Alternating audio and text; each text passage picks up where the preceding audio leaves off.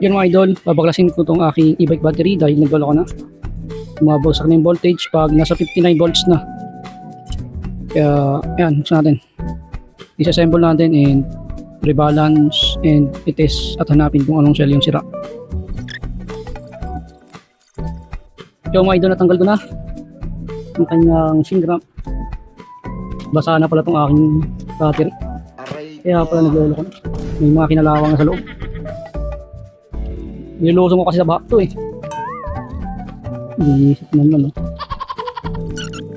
Pinalagyan ko ng plastic to no kasi personal use ko lang naman ito. Akala ko hindi papasukin ng tubig sa loob. Okay.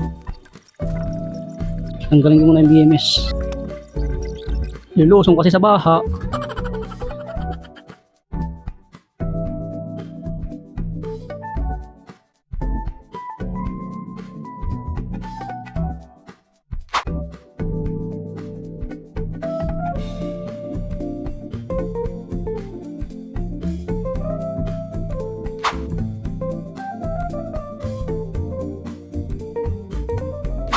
Yan mga idol, natanggal ko na yung mga nickel strip. Upon checking, wala naman problema sa battery. Ang problema lang ay yung nickel strip kinalawang. Kaya hindi umayos yung connection. And maganda pa sa battery na to, walang kinalawang sa mga battery. Puro sa nickel strip yung tama. Kaya bumabagsak yung voltage. Ang gagawin natin dito, capacity test ulit. And i-rebalance para mabuo ulit sa 60 volts. Dahil sayang to, wala namang problema yung battery.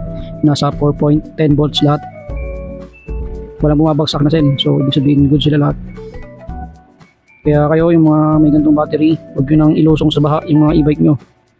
Kaya kahit sealed, pwedeng pasukan ng tubig. At kakalawangin talaga yung nickel strip. Yun lang mga idol.